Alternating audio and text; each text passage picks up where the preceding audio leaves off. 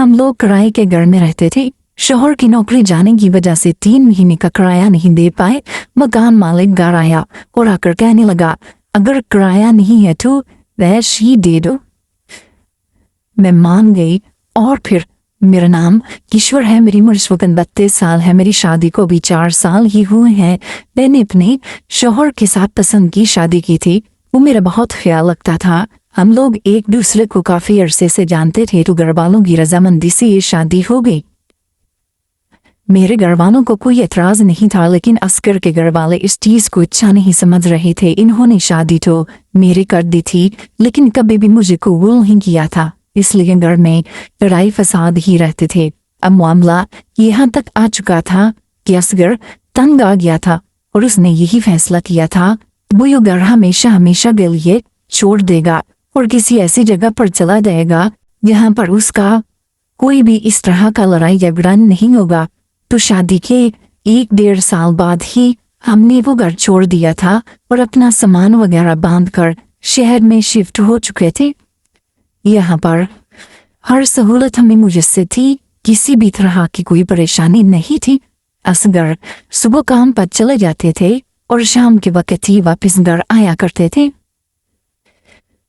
सारा दिन घर पर मैं अकेली ही होती थी। मेरे यहाँ अभी कोई औलाद नहीं थी। हम लोग अपनी जिंदगी बड़े अच्छे से गुजारने लगे थे।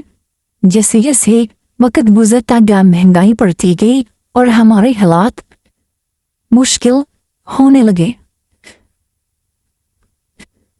मैंने असगर से कहा भी था कि मैं भी कोई काम करूंगी, लेकिन वो कहने लगे कि तुम्हें काम करने की कोई जरूरत नहीं है, तुम घर में रहा करो और मैं काम करके सारी चीजें मैनेज कर लूंगा।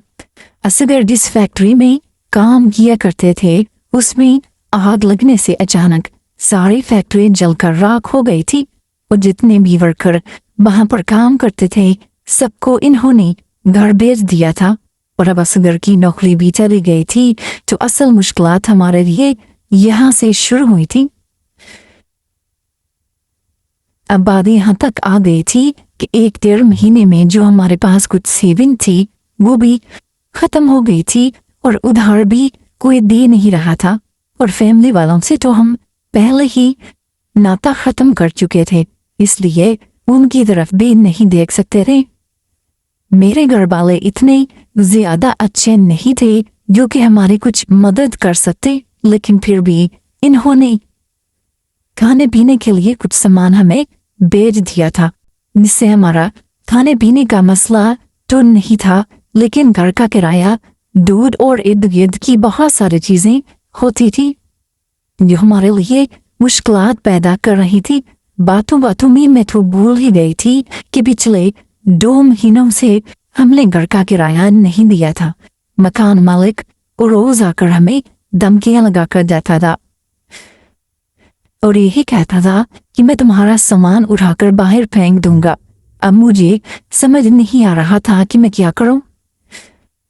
मेरे शौहर पहले ही बहुत ज्यादा परेशान रहता था। मैं मजीद उसकी परेशानी नहीं बढ़ाना चाहती थी, लेकिन मेरे बस में कुछ भी नहीं था, मैं कुछ भी नहीं कर सकती थी। एक दिन मकान मालिक आया और आकर कहने लगा कि या तो अभी घर खाली कर दो या फिर मुझे किराया दे दो। मैंने उससे कह दिया कि आप चले जाएं, मैं थोड़ी देर में आपके पास आती हूँ। वो चला गया और थोड़ी देर के बाद मैं फ्री होके उसके ऑफिस में चली गई थी और जाकर उससे कहा कि देखिए, आपका 1 रुपया भी हम लोग नहीं रखेंगे, लेकिन वक्ती तौर पर मुश्किलात ज्यादा है, इसी वजह से आपसे थोड़ा वक़्त मांगा है और आपको वक़्त जरूर निकालना होगा। वो मुझे कुछ घटिया टाइप का लगता था, इसलिए मैंने खुद को अपने आप अच्छे से दाम रखा था। इसके देखने के अंदाज से लग रहा था कि उसकी नीयत ठीक नहीं है, वो औरतों को गलत नजर से देखता है। जब मेरी बात मुकम्मल हो गई थी तो वो कहने लगा कि मुझे तो ये समझ नहीं आती कि जिसकी बीवी इतनी ज्यादा खूबसूरत हो उसे इतनी परेशानी लेने की क्या जरूरत पड़ी है।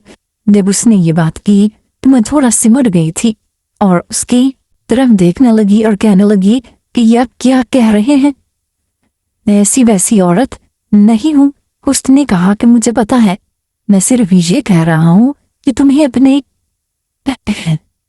शौहर की मदद करनी चाहिए। तुम्हें आगे बढ़कर जो तुम कर सकती हो तुम्हें वो करना होगा ताकि तुम्हारे शौहर की परेशानी कम हो। मैंने जब इससे ये बात की कि मैं कैसे अपने शौहर का हाथ बढ़ा सकती हूँ तो वो कहने लगा कि तुम इतनी खूबसूरत हो कि तुम्हें अंदाजा भी नहीं है। तुम खुद को अपने घर जाकर शीशे में देखना और हाँ दुपट्टा उतार कर ताकि तुम्हें तुम्हारी अंदरूनी खूबसूरती दिखे और इसको इस्तेमाल करते हुए तुम अपना काम चला सको। जब इसने ये बात की तो मैं सोचने लगी थी कि किस तरह की अखलाकियात से घिरी हुई बातें कर रहा है। खैर मैं वहां से चली गई थी और जाकर अपने आप को बगौर देखने लगी थी। जब मैंने अपने जिस्म को देखा तो मैं समझ चुकी थी कि वो क्या बात कर रहा है। खैर कुछ दिन वक्त यूं ही चलता रहा। मैं सबसे पहले उसी के पास गई और उससे कहा कि बताओ मुझे क्या करना होगा ताकि मैं अपने शौहर की परेशानी कम कर सकूं। वो कहने लगा कि कुछ नहीं, तुम्हें बस थोड़ा समझौता करना होगा और फिर अगले 3 महीने की मोहलत आप लोगों को मैं दे दूंगा। जब उसने ये बात की तो मैं समझ गई थी वो मुझसे किस चीज की डिमांड कर रहा है और कौन सा समझौता करने के लिए कह रहा है। मैंने अपने दिल पर पत्थर रख लिया था और दिल में फैसला कर लिया था कि मैं ये गलत काम सिर्फ अपने शौहर को मुश्किल से निकालने के लिए कर रही हूँ। जब मैंने रजामंदी दिखाई तो उसने कुंडी लगा दी और फिर मेरे पास आया।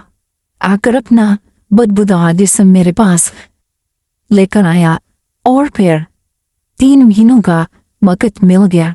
मैं जैसे ही फ्री हुई तो मैं रोने लगी और वहां से चली गई थी और आज तक मैं अपने किए की माफी मांग रही हूँ। मुझे नहीं समझ आई थी कि मैंने गलत किया या सही, लेकिन मेरे पास और कोई चारा नहीं था।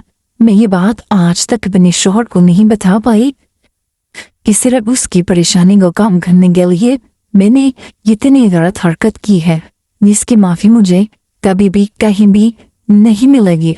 दरअसल इसमें कसूर मेरा नहीं है, कसूर हमारे मुआशरे का है। इसने औरत को एक खिलौना या खजाने की तरह इस्तेमाल करना शुरू कर दिया है जो कि सिर्फ अपने मकसद के लिए उसे इस्तेमाल करता है। मेरे साथ भी कुछ ऐसा ही हुआ था। अल्लाह ताला से दुआ करती हूँ कि अल्लाह ताला मुझे माफ फरमाए और सबकी बहन बेटियों की इज्जतें महफूज रखे।